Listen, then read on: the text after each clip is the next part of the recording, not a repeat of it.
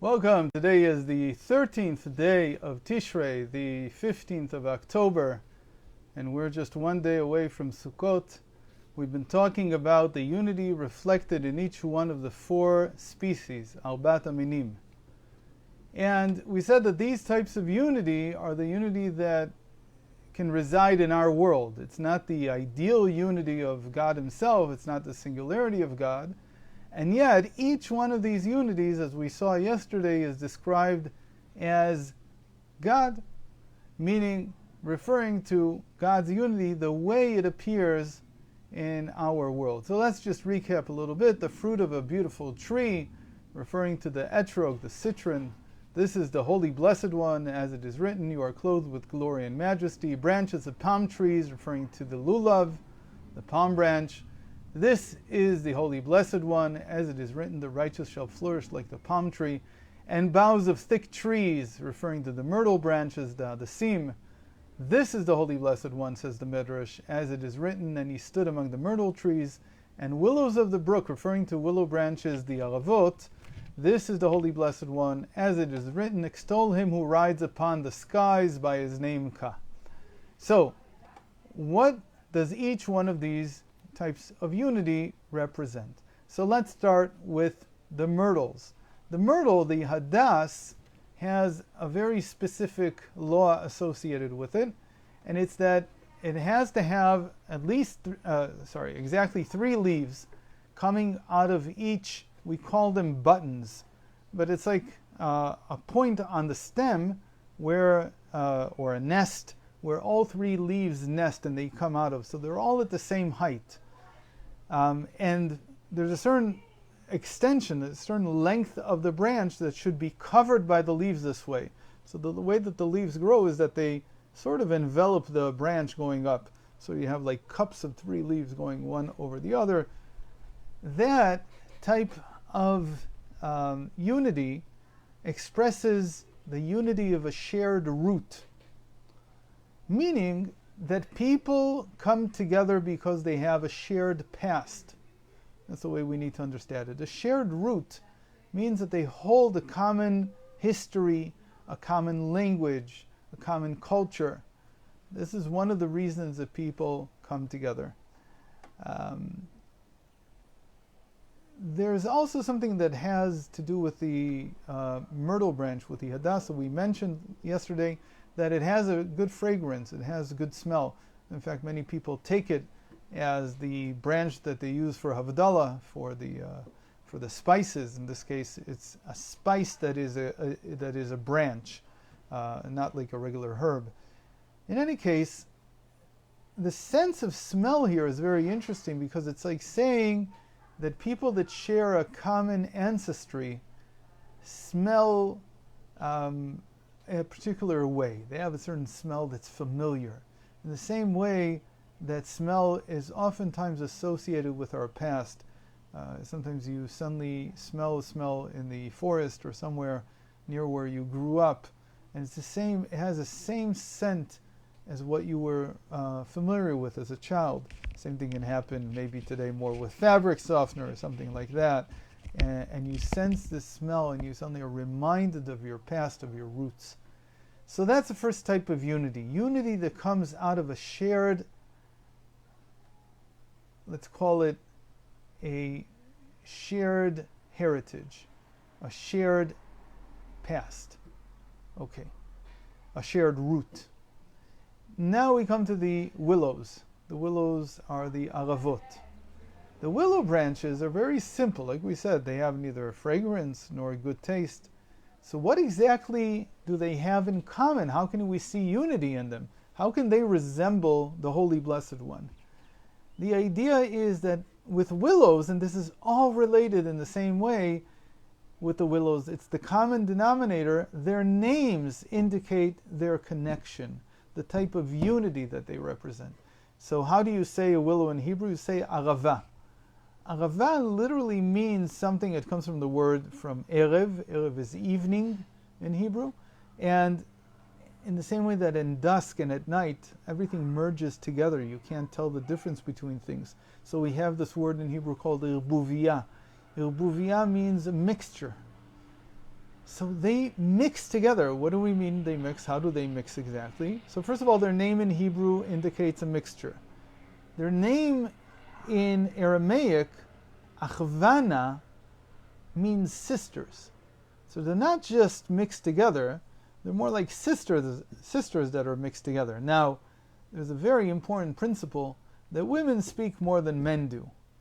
And the way that the sages see this regarding the willow branches is that the shape of the leaf, they say, reminds one of lips.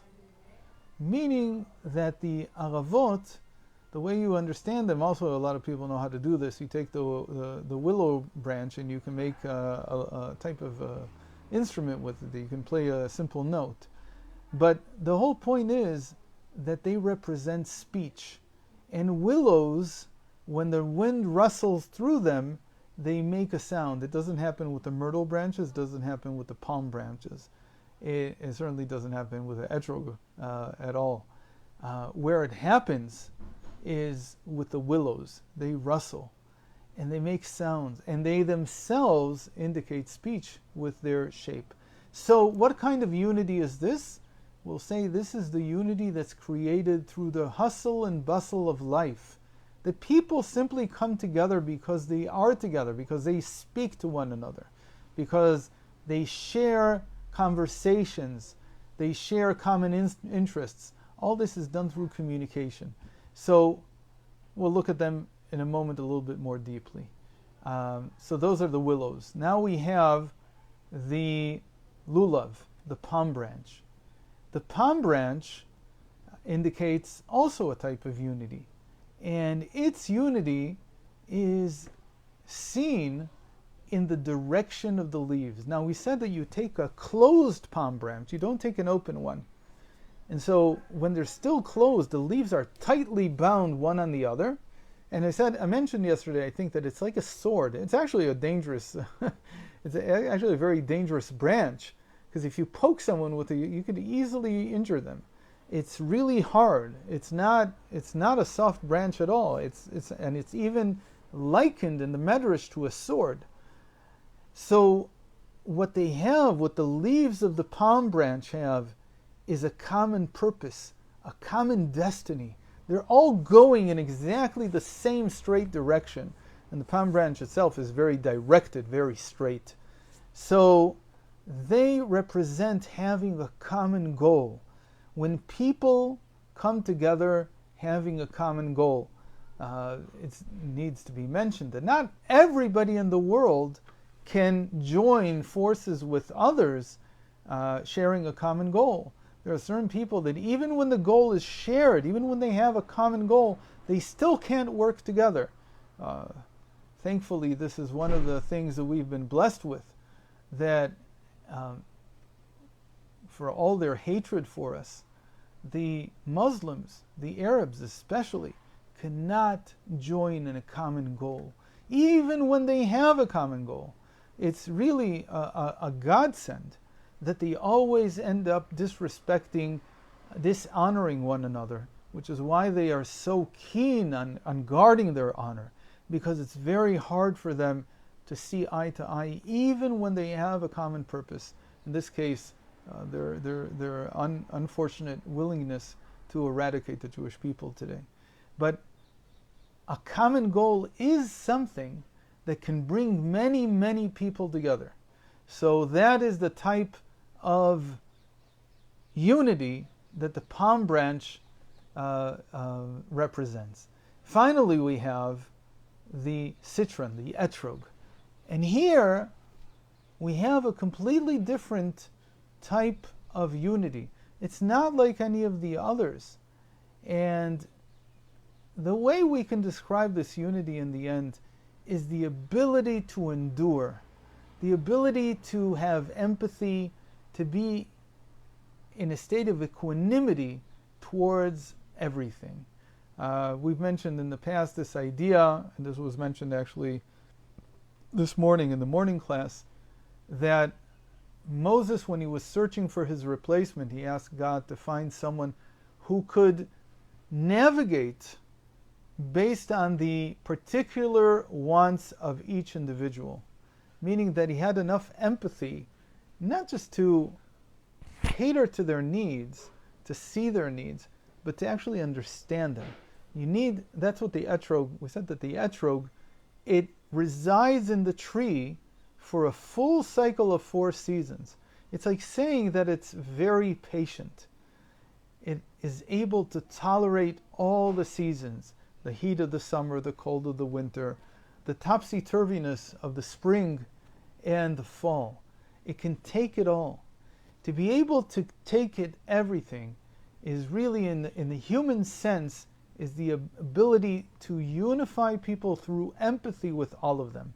So now we have these 4 types of unity that are possible in this world. What we're going to do tomorrow is we're going to take these 4 types of unity, we'll recap, and then we're going to compare them, correspond them to another model, a structure that we know very well. And this structure will be, obviously, since we have 4, it'll be connected to God's essential name, Havaya, the Tetragrammaton. But we're going to look at the Tetragrammaton in a way that I think will be surprising. It's not the way that most people think of the Tetragrammaton. And that'll be tomorrow. So I hope you can join me tomorrow before the holiday starts here at our usual time, which is 9:15 Eastern and 6:15 Pacific. And later you can watch on the YouTube channel. So thanks for joining me, and hope to see you tomorrow. All the best.